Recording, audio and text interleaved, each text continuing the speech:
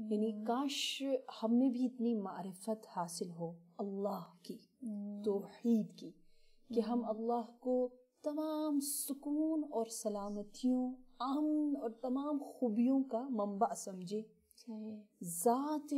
کمال اور جمال اللہ کو ہم حقیقتاً سمجھے. کیونکہ یہ جملہ جو حضرت خدیجہ ان تمام سلام کے جواب میں دے رہی ہیں، یہ جملہ معرفت کے ساتھ ہے، وہ بھی اس دور میں ہے. اس دور میں ابھی اسلام اپنے عروج پر نہیں پہنچا، اور آپ اتنے یقین سے کہہ رہی ہیں کہ ان اللہ هو السلام ومنہ السلام والیہ السلام، کہ اللہ ہی سب کچھ ہے. توحید ہی توحید ہر جگہ ہمیں نظر آ رہا ہے. اور اگر ہم دیکھیں کہ سلام کی اہمیت کیا ہے، کیونکہ آج کل انفارچونیٹلی موبائل فون کی وجہ سے اور زیادہ چیٹنگ کی وجہ سے اور ٹیکسنگ اور SMS کی وجہ سے ہم ذرا جلدی میں ہوتے ہیں، تو ہم نے سلام کرنا چھوڑ دیا. میں نے خود بہت زیادہ نوٹ کیا کہ ہم کہتے ہیں جی یہ کام کر دیں، بند کر دیا ہم نے. یا اگر ہم تھوڑا اسلام سے اور دور ہو جائیں تو ہم کہتے ہیں کہ جی ہائے، اور پھر ختم ہوتا ہے بائے پر. تو ہائے اور بائے جو ہے وہ بالکل ہی بے معنی ہے، کچھ مطلب نہیں ہے، کچھ بھی نہیں. لیکن ہم کس طرح کہتے ہیں؟ ہم کہتے ہیں السلام علیکم، اور آخر میں وعلیکم السلام کہتے ہیں، یا اللہ حافظ، خدا حافظ کہتے ہیں، اتنی بڑی دعا دیتے ہیں. تو یہاں بہت بڑی دعا ہے، اور سورہ احزاب نے بھی بتایا ہے کہ جب خدا کسی پر سلام بھیجتا ہے، کیونکہ یہاں خدا خدیجہ پر سلام بھیج رہا ہے، تو اس کا مطلب یہ ہے کہ خدا کہہ رہا ہے لِيُخْرِجَكُم مِّنَ الظُّلُمَاتِ إِلَى النُّورِ، سورہ احزاب آیت نمبر 43، کہ تاکہ میں تمہیں ظلمات اور تاریکیوں سے دور کر کے نور ہی نور اور سکون کی وادی کی طرف لے جاؤں. تو سلام کا یہ ایک عظیم پیغام اور میسج ہوتا ہے، جس کی وجہ سے خدا یہاں پر حضرت خدیجہ پر سلام بھیج رہا ہے. تاریخ میں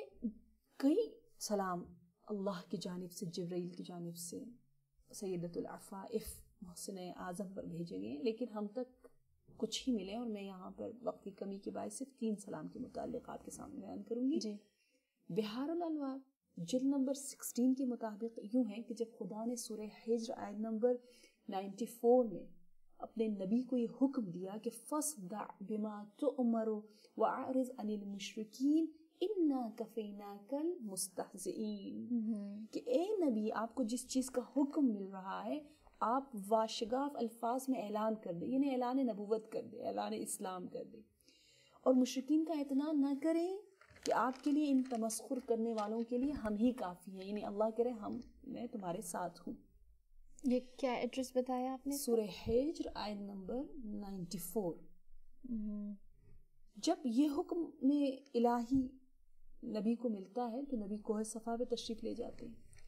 اور جب اعلان کرتے ہیں اپنی نبوت کا، پیغام الہی کا، تو آپ کو معلوم ہے کہ مشرکین مکہ نے کس طرح سے جواب دیا میرے مظلوم نبی کی اس دعوت پر. یہاں تک کہ ہر طرف سے پتھراؤ، اور سب سے آگے جو پتھراؤ کرنے والا ہے وہ ابو جہل اور ان کے پیروکار ہیں. اس قدر شدید حملہ ہوا کہ میرے نبی مجبور ہو گئے کہ اپنے آپ کو کہیں چھپا دے. کوہ صفا پر کسی مقام پر نبی نے اپنے آپ کو مخفی کر دیا، چھپا دیا، تاکہ ان حملوں سے بچے، اور آپ کا بدن لہو لہا ہے. حضرت علی علیہ السلام جب یہ حالت دیکھتے ہیں جا کے خدیجہ کو خبر دیتے ہیں، اور خدیجہ جو ہے وہ غزہ کا اور اس کا سامان لے کر آتی ہیں، اور اس انداز سے نکل رہی، کیونکہ نبی ظاہر نظر نہیں آ رہے، اور اس زمانے کا کوہ صفا حقیقی کوہ صفا تھا، صفا کا پہاڑ. تو نبی کو جب خدیجہ نہیں دیکھ پاتی اور عجیب انداز سے گویا استغاثہ کر رہی ہیں، پکار رہی ہیں، اور کہہ رہی ہیں من احس لی النبی المصطفیٰ، من احس لی الربیع المرتضی، من احس لی المطرود للہ، من احس لی ابا القاسم. خدیجہ نکلی ہیں نبی کی تلاش میں، اور فرما رہی کوئی ہے جو مجھے بتائے نبی مصطفیٰ کہاں ہے، کوئی ہے جو مجھے خبر دے کہ انسانوں کی دلوں کی بہار کہاں ہے، کوئی ہے جو مجھے خبر دے کہ وہ شخص جو راہ خدا اور جہاد کرنے کے لیے، حکم الہی کو پہنچانے کے لیے جس نے اپنے گھر کو چھوڑ دیا ہو، وہ کہاں ہے، کوئی ہے جو مجھے بتائے ابو القاسم کہاں ہے. خدیجہ یہ جملات بالکل یہ جملات جاری کر رہی ہیں، آنکھوں میں اشک ہے، تڑپ رہی ہے،